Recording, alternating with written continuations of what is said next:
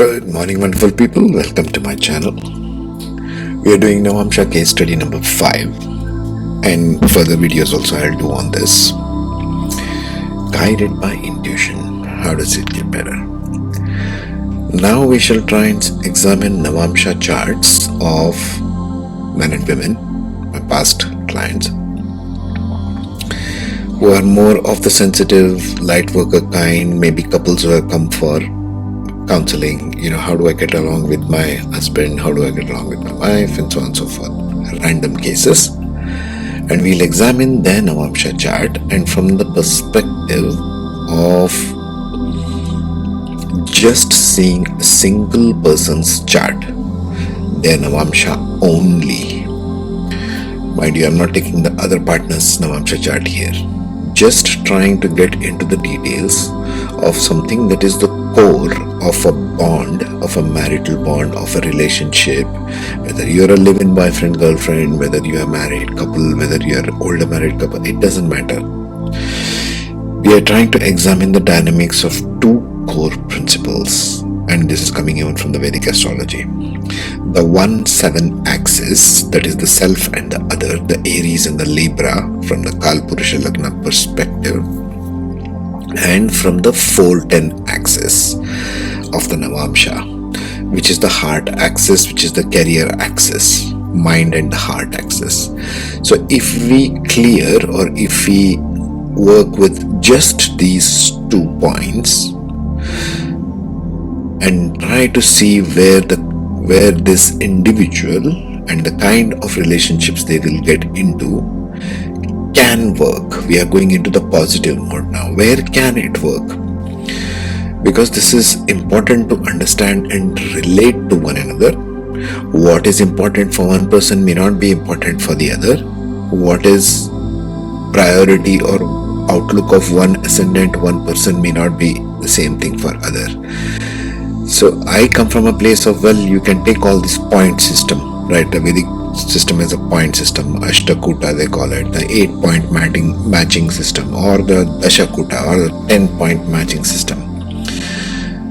Trust me, all the cases I have come across who have come for all these couples fighting with one another, blah blah blah, if you take their point system, they are pretty well matched, you see.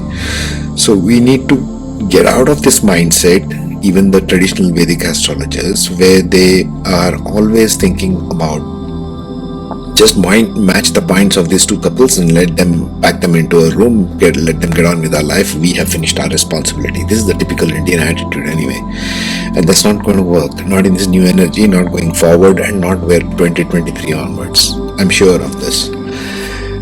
So we need to make sure how they are, what can be possible in terms of bonding, emotional, psychological bonding. That's what we need to examine, and that's what we'll try and study in number of cases going forward. Single charts, single Navamsha charts, and this one we'll take the case study of a lady by the name Miss C, and we will see her Navamsha chart and how the 1-7 axis plays out and the 4-10 axis plays out in the Navamsha.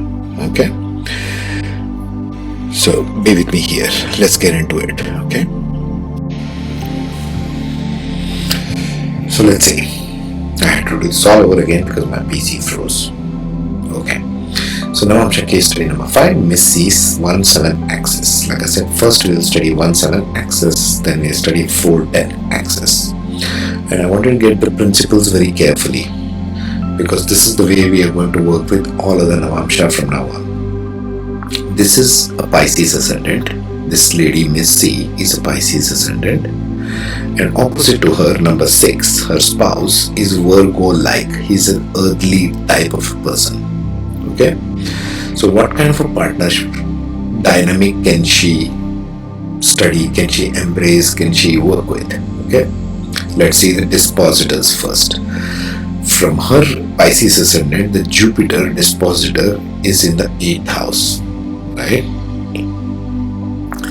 And from his perspective, the dispositor Mercury of Virgo is sitting in her 2nd house.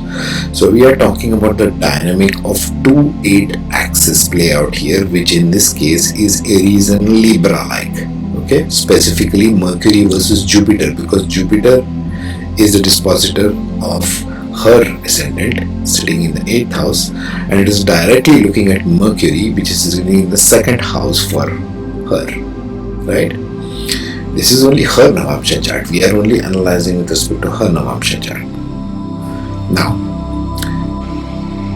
Mercury neutral in the 2nd, slightly stifled I should say, because you should look at this dispositor chart. Who is sitting in whose house matters. Saturn is very high because it's exalted in Libra. Saturn, Jupiter is neutral, so it's fine. Saturn looks at her Mercury and suppresses it, because he is talking in a harsh manner to her sometimes in a very expanded manner, because Jupiter also sitting in the same house.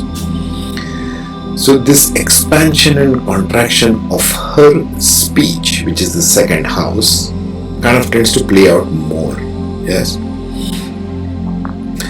And so what happens is she can become confused at the attitude of a partner sometimes. Sometimes it is preachy and teachy and encouraging, which is Jupiter looking at Mercury. Sometimes it is stifling and harsh truths and very judgmental kind, very suppression kind, because Saturn is also looking at that, right? This can happen. This can happen at a very powerful level.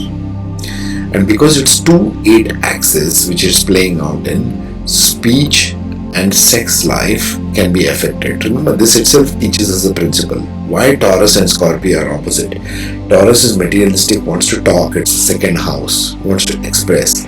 Scorpio is internal, it wants to feel the sex life. Okay, so this is the dynamic that plays out in 2-8 axis, classically speaking.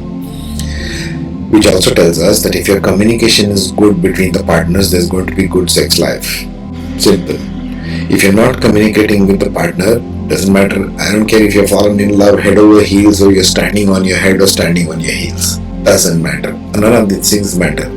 If your communication dynamic with the partner, and I've seen this over and over and over again with couples, if something has gone south, their communication is really bad, in the sense they have not worked on their communication between the partners. Either they are being too judgmental, too harsh, too critical, or I think what is right and you think is incorrect, being too fixed about opinions, like the Taurus Scorpio axis or Leo Aquarius, very fixed kind of thinking. These are the main causes, and they are not having any sex. And if they are not having any sex, they are not having any marriage. What are you doing there? Growing fruits? There's no point in a marriage if there is no proper sexual bonding at the intimate level. Just that simple. Everything else is nonsense. Okay? So let's see how they bond there. Is there a possibility of bonding in the 1-7 axis in her Navamsha chart? Well, here's a tip. She can encourage his sexual instinct by listening to what he has to say. Why? Because looking at it from the spouse's perspective, Mercury is sitting in his 8th house. He gets turned on by communication. If there is no planet there, we have to look at dispositor. Let's see other cases. That's why we'll do more case studies. Okay? But for now, in this case, Mercury is sitting in his 8th house. That means communication becomes a turn on for him. And that's necessary. She needs to understand that, because that's in her chart. On the other hand, looking at it from her perspective, he can encourage her sexual instinct, which is his 2nd house. Okay, looking at it from her perspective, her sexual instinct is driven by the combination of these two guys over in her 8th house. So he can encourage her sexual motivation by being more physically, openly sensual, artistic, aesthetic, and liberally opening up new doors, new ways of exploring sensuality, sexuality, intimacy. She likes that, because that's what's sitting in her 8th house in Libra. It is sitting in Libra. That's why I have used those particular words. They are very Libran in nature. Libra is an air sign. Saturn encourages the air sign. Saturn encourages a grounded form of sexuality when it is sitting in the 8th house. Jupiter expands that idea of aesthetic sense, sitting in the 8th house. Aesthetic sense with respect to sexuality. You got to understand it this way. This is the only way she can develop that continuous bond with her partner, and her partner can bond with her. If she sees, understands this, appreciates this, and works with this, you can have a fantastic marriage. Simple. Let us see now another important aspect, which is 410. We are just going to do 1, 7 and 410. Okay, that's the most important one. We are looking at only the kendras and how they play out. The kendra is the core.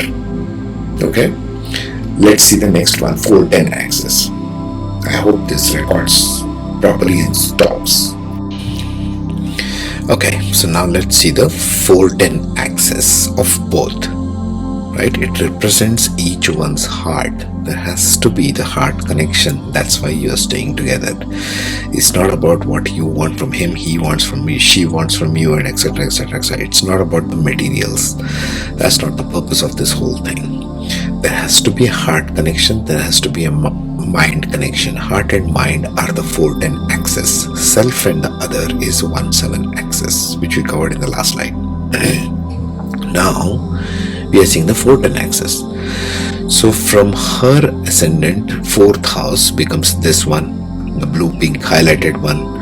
The dispositor, and we are only looking at dispositors aspects. We'll cover add details in later case studies. It becomes too complicated otherwise. We'll start simply first. Yes, we've got plenty of charts to do.